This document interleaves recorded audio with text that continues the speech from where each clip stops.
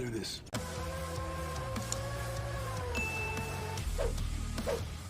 नमस्कार दोस्तों, जय हिंद, वंदे मातरम, भारत माता की जय। No clipping, no drama, only काम की बात, मेरा क्लासेस के साथ। दोस्तों, आज जो नोटिफिकेशन मेरा क्लासेस के माध्यम से मैं आपके लिए लेकर आया हूं, बहुत ही इंपॉर्टेंट है, बहुत ही खास होने वाला है। आपके लिए एक बड़ी खबर है दोस्तों कि लगभग आप 1 महीने से ये इंतजार कर रहे हैं कि मध्य प्रदेश पुलिस भर्ती कब आने वाली है। तो दोस्तों, आपका इंतजार खत्म होने को आया है। मात्र 2 दिन शेष बचे हैं और 31 तारीख से इसके फॉर्म अप्लाई होने वाले हैं। तो मध्य प्रदेश पुलिस की भर्ती आ चुकी है, मात्र 2 दिन शेष बचे हैं और आप इसके बाद इसके फॉर्म अप्लाई कर सकते हो। तो देख सकते हैं कि बहुत हुआ इंतजार, लो अब आ गई पुलिस भर्ती 2020। जी हाँ, लगभग इसमें 4000 पोस्ट निकली हुई है, काफ़ी पोस्ट निकली हुई है दोस्तों। सिर्फ मात्र 10+2 मांगा गया है, तो आप इसके फॉर्म जरूर भरिए।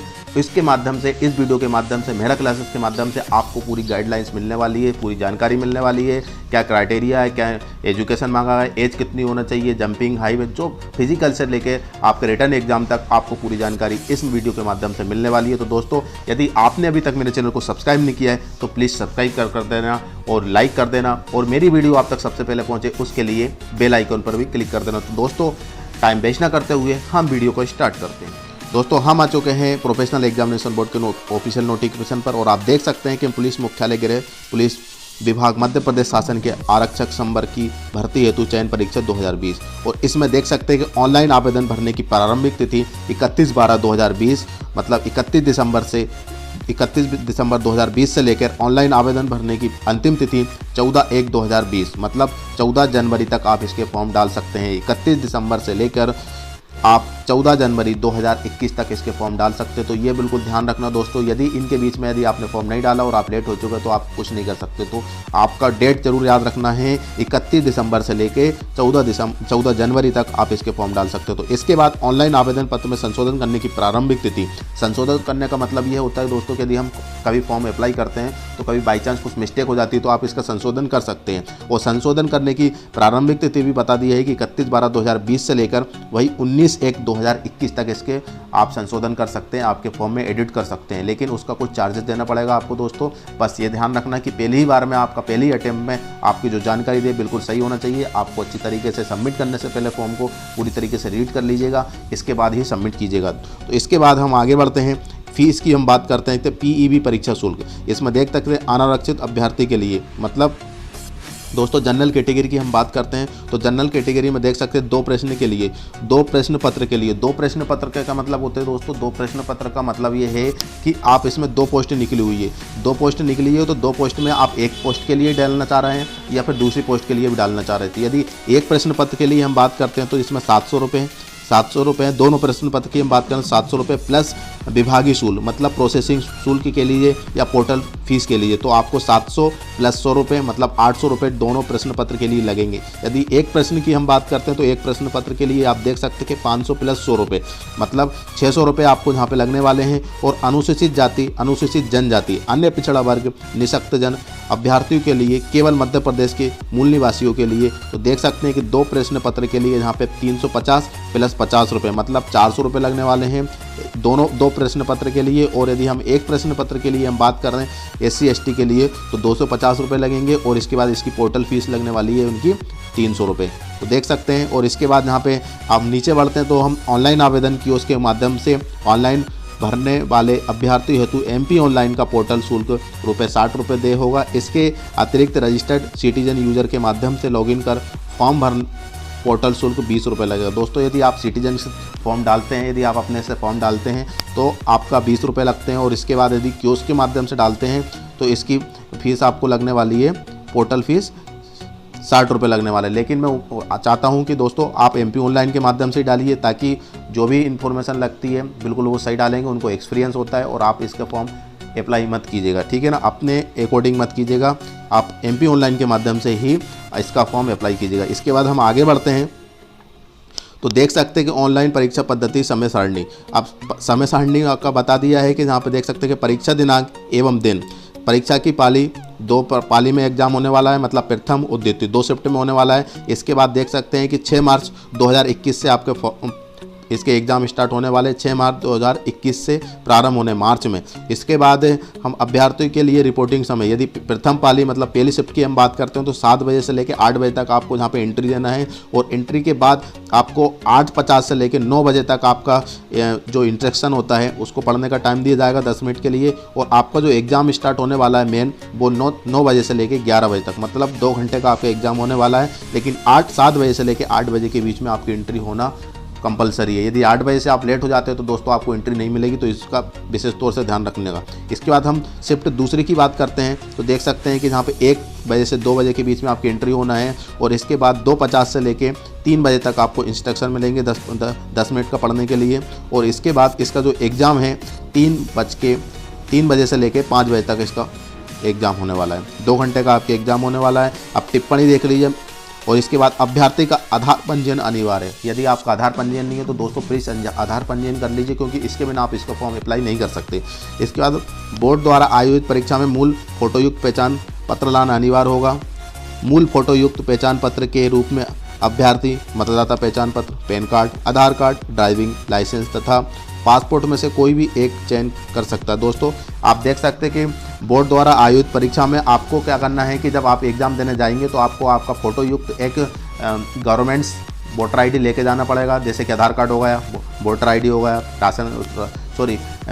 पैन कार्ड हो गया, लाइसेंस हो गया, ड्राइविंग लाइसेंस, तो इसमें से कोई भी आप ले सकते हैं। ठीक है। इसके बाद हम तीसरे पॉइंट की बात करते हैं तो अभ्यर्थी को नियम पुस्तिका में विनिश्चित मूल परिचय पत्र के अतिरिक्त अपना आधार कार्ड, आधार कार्ड की छायाप्रति, आधार नंबर, आधार BID की जानकारी लाना अनिवार्य है। दोस्तों आप यदि वोटर ID कार्ड लेकर जाते हैं आपकी पहचान के लिए तो उसके साथ आधार कार्ड ले जाना जरूरी है। ठीक है ना। आपको आधार कार्ड तो कंपलसरी है। आप इस आधार कार्ड के अलावा कोई से डॉक्यूमेंट्स ले सकते हैं, लेकिन आधार कार्ड के बिना आप उसमें एंट्री नहीं ले सकते। तो आप इस बात का ध्यान रखना, आधार कार्ड आपको लेके जाना है, क्योंकि वहाँ पर आपका बायोमेट्रिक किया जाएगा। बायोमेट्रिक आपका एग्ज़ाम से पहले भी होगा और बायोमेट्रिक आपका एग्ज़ाम के बाद भी होगा, तो इस बात का विशेष तौर से ध्यान रखना।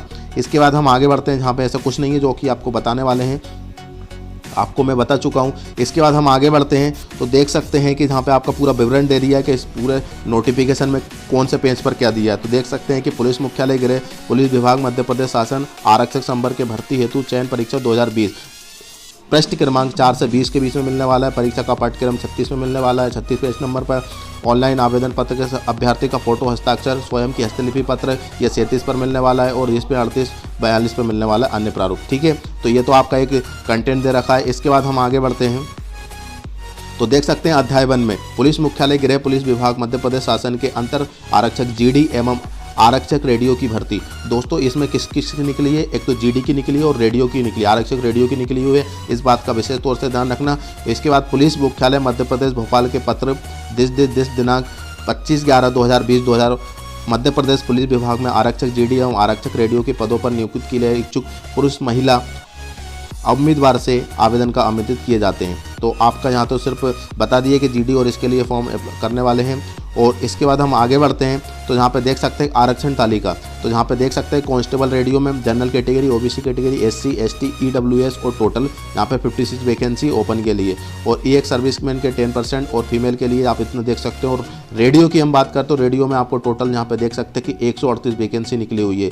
और यदि हम बात करते हैं इसके अदर देन रेडियो के अलावा यदि हम कांस्टेबल GD की हम बात करते तो यहाँ पे देख सकते हैं आपके 3862 पोस्ट है टोटल, और यहाँ पर 138 को मिला लेते हैं तो 4000 पोस्ट हो जाती है। तो लगभग आप देख सकते हैं कि radio plus other than radio 138 plus 3862 is equal to 4000 post निकली है। तो काफ़ी पोस्ट निकली है दोस्तों, और काफ़ी अंतराल के बाद ये पोस्ट आई है, तो आप इसके लिए बिल्कुल अप्लाई करना। इसके बाद हम आगे बढ़ते हैं, यहाँ पे भी ऐसा कुछ नहीं है। मैं आपको क्या है कि दोस्तों यार 43 पेज का ये नोटिफिकेशन है, ये काफ़ी बड़ा नोटिफिकेशन है और काफ़ी ज़्यादा उसमें कुछ लिखा हुआ है। तो आपको सिर्फ मैं इंपॉर्टेंट चीज़ बताऊंगा। इसके जो सिलेबस है, इसका सिलेबस मैं आपको एक न्यू वीडियो के माध्यम से बताऊंगा। इसमें आपका सिलेबस नहीं बताने वाला हूं, आपको सिर्फ इसमें आपका एक छोटा सा शॉर्ट टाइप में बताने वाला हूं, लेकिन पूरा नहीं बताऊंगा। इसके बाद देख सकते हैं यहाँ पे कि नागरिकता एवं स्थायी निवासी के संबंध में, नागरिकता मतलब आपका क्या होना चाहिए। देख सकते हैं कि यहाँ पे पहले नंबर पर दिया पद पर नियुक्ति के लिए उम्मीदवार का भारत का नागरिक होना अनिवार्य है। इस पोस्ट के लिए दोस्तों आपका भारत का नागरिक होना बिल्कुल ज़रूरी है। इसके बाद किसी ऐसे उम्मीदवार के जिसके मामले में पात्रता का प्रमाण पत्र आवश्यक हो, इस बात के अधीन अंतिम रूप से नियुक्त किया जा सकेगा उस राज्य शासन द्वारा उनके पक्ष में आवश्यक प्रमाण पत्र अंत जारी कर दिया जाएगा। ठीक है, तो आपको भारत का नागरिक होना जरूरी है। इसके बाद आपको भारत की जो पढ़ाई की है वहाँ पे भी आपका ज़रूरी है। ये सिर्फ नोट दिया, और इतना तो पता ही है कि दोस्तों आपको इतना जानकारी पहले से ही होती है। जब हम 10+2 या 10वीं पास कर लेते हैं तो हमको इतना नॉलेज हो जाता है, इसमें मुझे बताने की ज़रूरत नहीं है। अब एज की हम बात करें तो एज में हम देख सकते हैं कि 18 वर्ष से लेके 18 वर्ष एवं अधिकतम 33 वर्ष होना चाहिए। मतलब कम से कम आपकी 18 वर्ष तो होना ही चाहिए, और मैक्सिमम की हम बात करें तो दोस्तों आपकी 33 वर्ष होना चाहिए। इसके बाद इसमें छूट मिल जाएगी आपको आरक्षण के तौर पे। जैसे कि आप ST ST कैटेगरी में आते हैं तो SC ST कैटेगरी के लिए आपको 5 वर्ष की छूट मिल जाएगी। मतलब 33 + 5 हो जाते हैं तो 38 वर्ष तक आप इसके फॉर्म डाल सकते हैं। यदि आप 38 साल के भी हो तो आप इसका फॉर्म डाल सकते हैं। और इसके बाद यदि OBC कैटेगरी की हम बात करते हैं तो OBC कैटेगरी को 3 वर्ष की छूट मिलती है।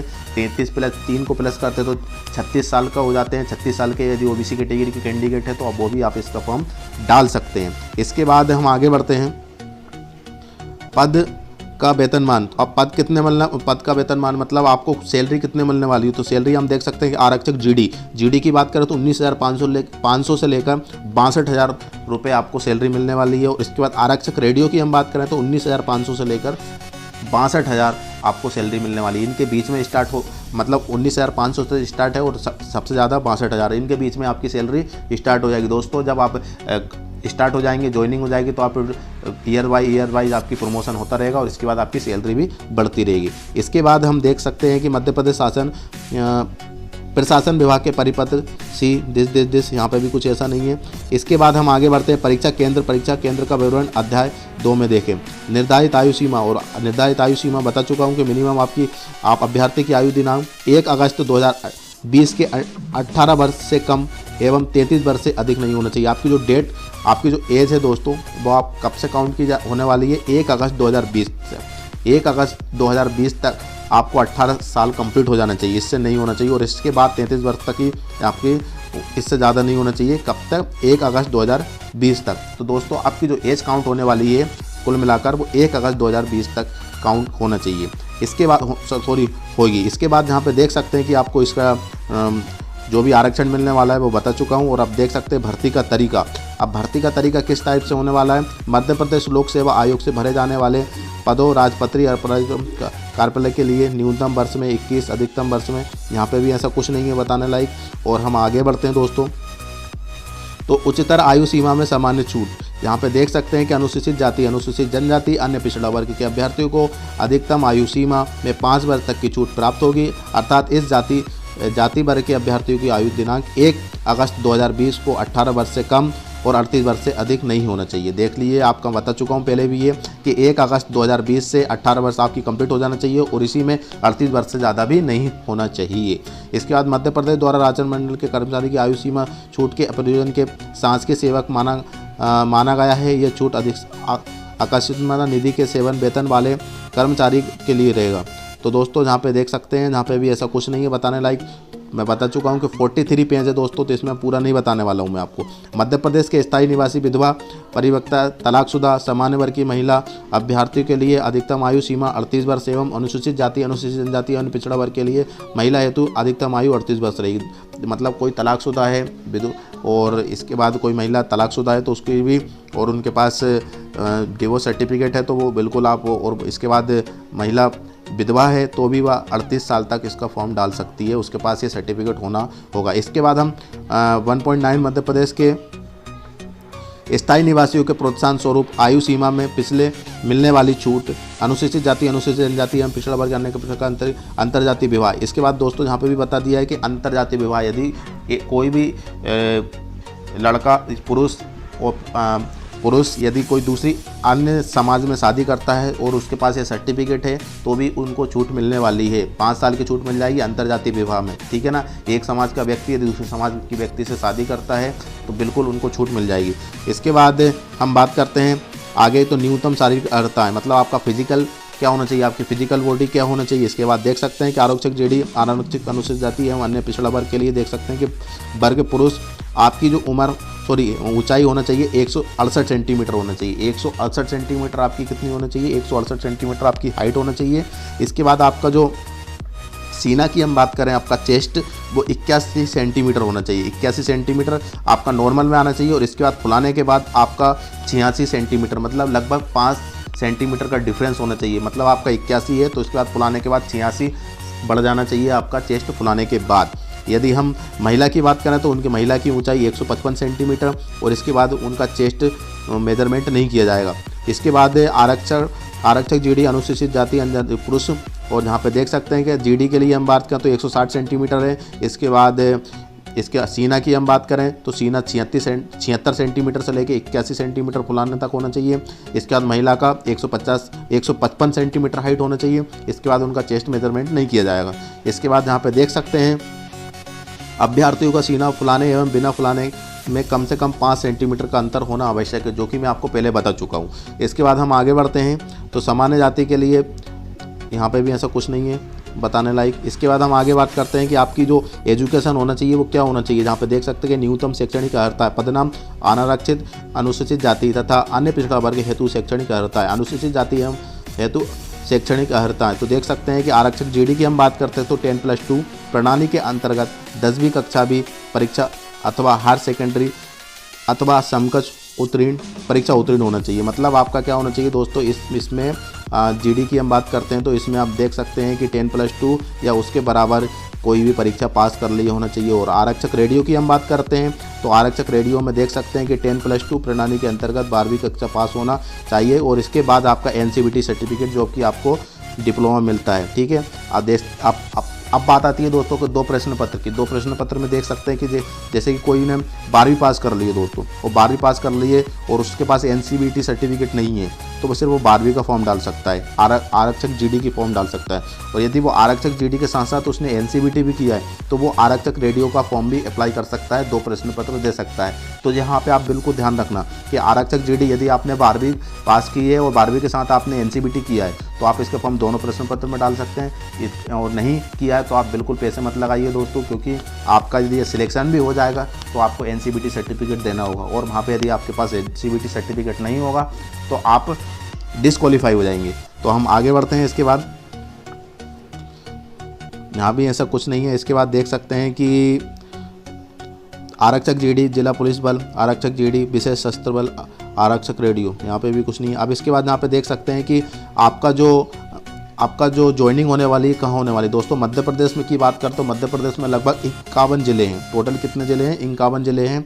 और लगभग अभी लेटेस्ट में करंट अफेयर्स की बात करें तो शायद एक ज़िला बढ़ चुका है। वैसे तो 51 जिले की हम बात करते तो 51 जिले में सभी जगह पोस्ट निकली हुई देख सकते हैं। अशोकनगर, बैतूल, बुरहानपुर, दमोह, धार, ग्वालियर, इंदौर, कटनी, मंडला, नरसिंहपुर, रायसेन, रीवा और सीहोर। इसके बाद हम बात करते हैं अपने भोपाल की तो भोपाल में देख सकते हैं कि अनूपपुर, बालाघाट, भोपाल और छिंदवाड़ा, देवास, गुना, होशंगाबाद, झाबुआ, खरगोन, मुरैना, पन्ना, रतलाम, शहडोल, सीधी। मतलब मध्य प्रदेश के सभी जिलों में वैकेंसी निकली हुई है और सभी जिलों में आपकी किसी भी जिले में पोस्टिंग हो सकती है दोस्तों। तो इस बात का विशेष तौर से ध्यान रखिएगा। इसके बाद हम बात करते हैं आगे। प्रथम चरण जो आपका ऑनलाइन परीक्षा होने वाला प्रश्न पत्र समस्त पदों के उम्मीदवार के लिए होता है। इसके बाद ऑनलाइन परीक्षा द्वितीय प्रश्न पत्र आरक्षक रेडियो के उम्मीदवार के लिए होगा। मतलब आपने 2 प्रश्न पत्र दिए हैं, डाला है तो प्रश्न पत्र आपका समस्त पदों के लिए रहेगा। और इसके बाद ऑनलाइन परीक्षा दूसरा प्रश्न पत्र होने वाला है वो आरक्षक रेडियो के उम्मीदवार हेतु रहेगा। इसके बाद हम आगे बढ़ते हैं तो आगे बढ़ने के साथ साथ हम यहाँ पे देख सकते हैं कि इस चयन परीक्षा हेतु उम्मीदवार द्वारा प्रोफेशनल एग्जामिनेशन बोर्ड को द्वितीय चरण की हम बात करें तो दूसरा चरण में हम बात कर सकते हैं शारीरिक प्रवीणता परीक्षा प्रथम चरण में पात्र उम्मीदवार के लिए। मतलब आपका जब पहला चरण पास कर लेते हैं, आप पहले चरण क्वालिफाई हो जाते हैं तो आपका क्या होने वाला है, आपका मेडिकल टेस्ट किया जाएगा और मेडिकल टेस्ट उसी कैंडिडेट का किया जाएगा जो पहले चरण में पास कर लिए गए हो। अब इसके बाद इस चयन परीक्षा हेतु उम्मीदवार प्रोफेशनल एग्जामिनेशन बोर्ड आवेदन पत्र एमपी ऑनलाइन के माध्यम से भरे जाते हैं। ठीक है ना, ये तो पता चुके हैं कि एमपी ऑनलाइन के माध्यम से आपके फॉर्म भराने वाले हैं। अब इसके बाद प्रथम चरण ऑनलाइन परीक्षा Madhya Pradesh professional examination board ली जाने वाली ऑनलाइन परीक्षा प्रश्न पत्रों में विषय, समय, अवधि, अधिकतम अंग्रेजी, हिंदी और इसके बाद माध्यम में नियमानुसार होंगे। इसके बाद पद आरक्षक जीडी की हम बात करें तो प्रश्न पत्र ऑनलाइन परीक्षा होने वाली है, आपको ये पता है। और लगभग आपको मतलब अवधि टाइम मिलने वाला है आपका 2 घंटे का और अधिकतम अंक आपके मतलब आपका 100 नंबर का ये पेपर आने वाला है। जो अभ्यर्थी आरक्षक रेडियो हेतु पद हेतु पात्रता रखते हुए आवेदन करते हैं उन्हें उपयुक्त प्रथम प्रश्न पत्र के साथ निम्नानुसार द्वितीय प्रश्न पत्र भी देना होगा। दोस्तों यदि वो दूसरा रेडियो संचार मतलब जीडी की हम बात करते हैं रेडियो की, तो उसमें यदि पहला वो आरक्षक मतलब उम्मीदवार रखते हैं और उनके एनसीवीटी का सर्टिफिकेट किया और उसने फॉर्म डाला है दोनों का, तो इसके बाद इसका आप दूसरा यहाँ पे देख सकते हैं आरक्षक रेडियो का प्रश्न पत्र दूसरा करना भी आपको अनिवार्य रहेगा। इसके बाद देख सकते हैं कि पुलिस मुख्यालय मध्य प्रदेश भोपाल के पत्र क्रमांक दिस तो यहाँ पे भी ऐसा कुछ नहीं है। इसके बाद हम देख सकते हैं अगले चरण की परीक्षा हेतु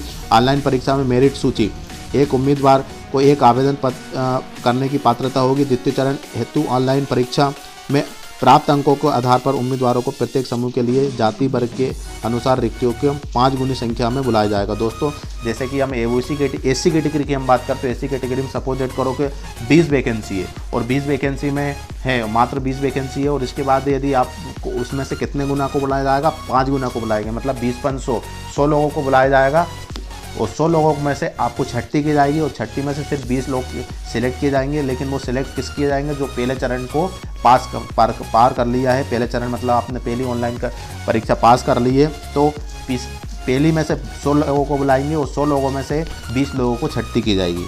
इसके बाद हम आगे बढ़ते हैं, तो यहाँ पे देख सकते हैं कि द्वितीय चरण प्रथम पत्रों की जांच शारीरिक प्रमाणिकता टेस्ट, द्वितीय चरण के अंतर्गत प्रमाण पत्र की जांच शारीरिक प्रमाणिकता टेस्ट के कार्रवाई पुलिस की होगा। दोस्तों ये भी मैं आपको पहले बता चुका हूं कि आपका जब पहली क्वालिफिकेशन परीक्षा पास कर लेते हैं और तो आपका द्वितीय चरण स्टार्ट हो जाएगा, सेकंड स्टेज, जिसमें आपका डॉक्यूमेंट वेरिफिकेशन होगा। इसके बाद आपका फिजिकल टेस्ट किया जाएगा, इसके बाद आपका मेडिकल टेस्ट किया जाएगा, ये आपको पता है। इसके बाद हम आगे बढ़ते हैं, तो आगे बढ़ने के साथ साथ हम देख सकते हैं शारीरिक प्रवणता परीक्षा तीन विधाओं 800 मीटर दौड़, गोला फेंक एवं लंबी कूद में संपन्न की जाएगी। शारीरिक प्रवणता मतलब फिजिकल जो टेस्ट होने वाला है आपका फिजिकल, वो आपका रनिंग होने वाली है, गोला फेंक होने वाला है, हाई जंपिंग, और इसके बाद ये डिफरेंट तरीके से होने वाला है। तो देख सकते हैं इसमें पदनाम 800 मीटर दौड़ सफल होने हेतु समय सीमा, इसके बाद गोला फेंक कितनी होना चाहिए, लंबी कूद कितनी होना चाहिए। तो देख सकते हैं आरक्षक जीडी, तो जहाँ पे 800 मीटर 2 मिनट 45 सेकंड में कंप्लीट करना है आपको जीडी में। इसके बाद जो गोला फेंक होता है 19 फीट, गोले का वजन लगभग 7.260 किलोग्राम होने वाला है दोस्तों। और इसके बाद लंबी कूद की हम बात करें तो 13 फीट आपकी लंबी कूद होना जरूरी है। इसके बाद आरक्षक जीडी महिला के लिए 4 मिनट मिलने वाला है आपको 800 मीटर कंप्लीट करने के लिए, और आपको गोला फेंक आपको 15 फीट गोला फेंकना है और इसका वजन मात्र 4 किलोग्राम रहेगा। इसके बाद लंबी कूद में हम बात करें तो यहाँ पे 10 फीट मिलने वाला है, और यहाँ पे बॉयज़ के लिए पुरुष के लिए 13 फीट मिलेगा और लड़कियों के लिए यहाँ पे 10 फीट होने वाला है। इसके बाद भूतपूर्व सैनिक की हम बात करें तो 3 मिनट 15 सेकेंड आपको टाइम मिलने वाला है 800 मीटर दौड़ करने के लिए। इसके बाद हम बात करें तो इनको भी 15 फीट गोला फेंकने वाला है और इनका वजन भी 7.26 ग्राम और उनका फिट हाई लंबी कूद के लिए भी 10 फीट मिलने वाला है। इसके बाद होमगार्ड सैनिक की हम बात करते हैं तो इनको भी 3 मिनट 15 सेकंड का टाइम मिलने वाला है 800 मीटर दौड़ कंप्लीट करने के लिए, और इसके बाद इनका 17 फीट फेंकना ज़रूरी है, और इसके बाद इनका वजन भी 7.260 किलोग्राम होने वाला है, और इनको 12 फीट कूदना है लंबी कूद। इसके बाद देख सकते हैं कि यहाँ पर आरक्षक रेडियो के उम्मीदवार के लिए पदनाम वही, और आरक्षक रेडियो समस्त मिलने के लिए यहाँ पे 2 मिनट 45 सेकंड टाइम मिलने वाला है 800 मीटर कंप्लीट करने के लिए, और गोला फेंक वही 19 फीट और वजन आपका पहले सेम होने वाला है, और 12 फीट आपकी लंबी हाई कूद होना चाहिए। इसके बाद आरक्षक रेडियो में यहाँ पर महिला उम्मीदवार के लिए देख सकते हैं कि 4 मिनट का टाइम मिलने वाला है 800 मीटर कंप्लीट करने के लिए, और इसके बाद 15 फीट आप गोला फेंकने का 15 फीट गोले फेंकना है, और इसके बाद वजन आपको 4 किलो रहेगा मात्र, और इसके बाद आपकी जो लंबी कूद मात्र 10 फीट है, और भूतपूर्व सैनिक के लिए 3 मिनट 15 सेकंड और 15 फीट गोला फेंकना है, और वजन रहेगा 7.260 किलोग्राम और 10 फीट आपको लंबी कूद करना है। और इसके बाद होमगार्ड के सैनिक की हम बात करें तो 3 मिनट 15 सेकंड आपको टाइम लेना है कितने में 800 मीटर कंप्लीट करने के लिए, और इसके बाद 15 फीट गोला फेंकना है, और वजन आपका 7.260 किलोग्राम रहेगा। और इसके बाद लॉन्ग जंप की हम बात करें तो देख सकते हैं कि 10 फीट। तो दोस्तों हम अब इसके बाद आगे बढ़ते हैं। इसके बाद यहाँ पे भी ऐसा कुछ नहीं है जो कि मैं आपको बताने लायक है। अब इसके बाद इस प्रकार यहाँ पे भी ऐसा कुछ नहीं है, यहाँ पे सिर्फ इसके इंस्ट्रक्शन दे दिए गए हैं और काफ़ी आपको जानकारी मिल चुकी है। दोस्तों यहीं पे हम वीडियो को एंड करते हैं। अब इसकी सिलेबस की हम बात करते हैं दोस्तों। तो सिलेबस हम इस वीडियो मेरा क्लासेस के माध्यम से एक सिलेबस की एक वीडियो बनाने वाले हैं कि आपसे क्या पूछा जाएगा, ठीक है ना। उस सिलेबस के आपको पढ़ना है, उसी सिलेबस से आपको तैयारी करना है। तो दोस्तों क्योंकि ये वीडियो काफ़ी लॉन्ग होने वाली है, लॉन्ग हो जाएगी तो आपको कुछ समझ में नहीं आएगा, और इसके बाद भी मुझे पता है कि लॉन्ग वीडियो कोई देखता नहीं है, तो प्लीज़ मैं इसके लिए माफ़ी चाहता हूँ कि इसमें पूरी जानकारी नहीं दे पाऊँगा। इसकी जो सिलेबस है, सिलेबस की जानकारी मैं शॉर्ट तरीके से बिल्कुल ईजीली तरीके से आपसे क्या पूछा जाएगा इस वीडियो के माध्यम से आपको नेक्स्ट वीडियो में मिल जाएगी। तो दोस्तों आज का जो मध्य प्रदेश पुलिस भर्ती जो वीडियो वैकेंसी निकली हुई है, तो आप इसका 31 तारीख से फॉर्म डालिएगा। और यदि आपके माइंड में कोई भी डाउट है तो मुझे प्लीज़ कमेंट बॉक्स में कमेंट कर सकते हैं, इंस्टाग्राम पर मुझे फॉलो कर सकते हैं, फेसबुक पेज पे लाइक कर सकते हैं दोस्तों। तो आज की वीडियो हम यहीं पे एंड करते हैं। एक नए टॉपिक के साथ एक नई वीडियो के साथ मिलते हैं। जब तक के लिए जय हिंद, वंदे मातरम, भारत माता की जय।